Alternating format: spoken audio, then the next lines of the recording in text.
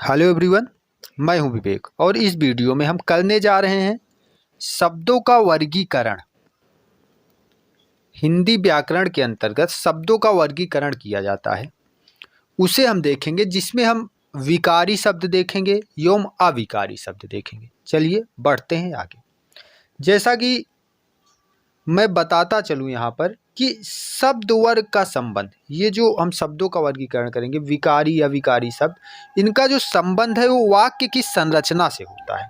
जैसे अभी हम आगे देखेंगे, ठीक है। शब्दों का वर्गीकरण दो प्रकार से होता है, जैसे विकारी शब्द एवं अविकारी शब्द। अब विकारी शब्द क्या है? जिसमें विकारी शब्द वे होते हैं जिसमें संज्ञा, सर्वनाम, विशेषण और क्रिया, ये चीज़ें आती हैं विकारी शब्द के अंतर्गत। और अविकारी शब्द क्या होते हैं? क्रिया विशेषण, समुच्चय बोधक, संबंध कारक, विस्मयादि बोधक आदि इसमें आते हैं अविकारी में। विकारी शब्द व्याकरणिक कोटियों के कारण रूप सिद्ध होते हैं और लिंग, वचन, काल, पक्ष आदि व्याकरणिक विशेषताएं प्रकट करते हैं। यानी कि जो विकारी शब्द होते हैं ये जेंडर, नंबर और टेंस के अकॉर्डिंग चेंज हो जाते हैं। जैसे अगर उदाहरण ले तो जैसे बुरा, जैसे वह एक बुरा व्यक्ति है तो यहाँ पे बुरा आया, लेकिन अगर हम कहें कि वे बुरे लोग हैं तो यहाँ पे बुरे आ गया। बुरा का परिवर्तन बुरे में हो गया, किसके अकॉर्डिंग? According two sentence. जैसे कि यहाँ हम देखें कि वे बुरे लोग हैं, जब हमारा जो सब्जेक्ट था यानी कि वह था, जब तब बुरा आया, और जब वे आया तो क्या हुआ? बुरे हो गया। तो इसी प्रकार अगला एग्जाम्पल लें, जैसे अच्छा, अच्छे, सुंदर, सुंदरी, इस प्रकार परिवर्तन होता है। बेईमान, बेईमानी, ठीक है, वह बेईमान नहीं है, वह बेईमानी नहीं करता है।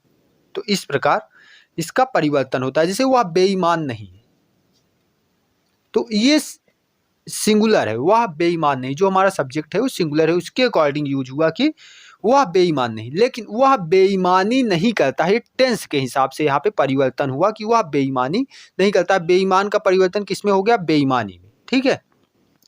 और इसी प्रकार अगला एग्जाम्पल है, जैसे बालिका, बालिकाओं, तो ये क्या होते हैं? ये विकारी शब्द होते हैं। विकारी शब्दों में संज्ञा, सर्वनाम, विशेषण और क्रिया आती है। संज्ञा नाउन, सर्वनाम प्रोनाउन, विशेषण एडजेक्टिव एंड क्रिया वर्ब होती है, ठीक है। तो इस प्रकार ये व्याकरणिक विशेषताएं बताने वाले शब्द होते हैं। तो ये रहे विकारी शब्द। अब आगे बात करें अविकारी शब्द, ये क्या होते हैं? तो जैसा कि मैंने बताया, अविकारी शब्द होते हैं इसमें क्रिया विशेषण, समुच्चय बोधक, संबंध कारक, विस्मयादि बोधक आदि चीजें इसमें शामिल होती हैं। जैसे इन शब्दों में परिवर्तन नहीं होता, ये अपने मूल रूप में ही प्रयुक्त होते हैं। जैसे अगर क्रिया विशेषण शब्द जो है इसको हम लें तो क्रिया विशेषण पद बंधों की रचना करते हैं जो वाक्य के ऐच्छिक या अतिरिक्त घटक हैं। जैसे यहाँ, वहाँ, अब, पहले, तेज, जल्दी। तो इस प्रकार के जो शब्द हैं वे क्या हैं? वे क्रिया विशेषण हैं। क्या बता रहे हैं? क्रिया विशेषण, ठीक है। यहाँ आओ, तेज चलो, धीरे चलो, तो ये चीज़ें क्या हैं? ये चीज़ें क्रिया विशेषण अर्थात क्रिया विशेषण वे होते हैं जो क्रिया की विशेषता बताते हैं। तो यहाँ पर ये रहा क्रिया विशेषण। अब जैसे इसी प्रकार हम देखें अगला, जैसे समुच्चय बोधक, दूसरा पॉइंट इसमें था अविकारी शब्द में समुच्चय बोधक। समुच्चय बोधक शब्द संयुक्त तथा मिश्र वाक्यों के योजक शब्द हैं। जैसे और वही सेम चीज संबंध कारक शब्द के लिए अगर बात करें तो संबंध कारक शब्द के लिए जैसे के पीछे, के बाद, के पहले, से पहले, तो इस प्रकार के जो शब्द आते हैं वे होते हैं अविकारी शब्द, समुच्चय बोधक शब्द। इसी प्रकार विस्मयादि बोध की बात करें, जैसे विस्मयादि क्या होता है? जैसे वाह, हाय, आहा, शाबाश। तो इस प्रकार के जो छोटे सेंटेंसेस बनते हैं इसे लघु वाक्य भी कह सकते हैं। वाह, वाह के बाद एक्सप्लेनेशन मार्क आया तो क्या हुआ? ये एक छोटा वाक्य बन गया।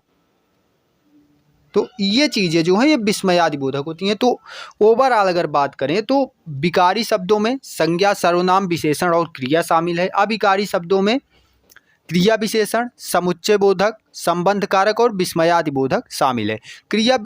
विकारी शब्द जो होते हैं वे अपने मूल रूप में हमेशा नहीं प्रयुक्त होते, वे लिंग, काल एवं वचन के आधार पर परिवर्तित होते रहते हैं, जैसे मैंने उदाहरण में बता दिया। और अविकारी शब्द जो होते हैं वे अपने मूल रूप में ही प्रयोग होते हैं, उनका परिवर्तन नहीं हो पाता है। तो इस प्रकार ये रहा विकारी और अविकारी शब्द।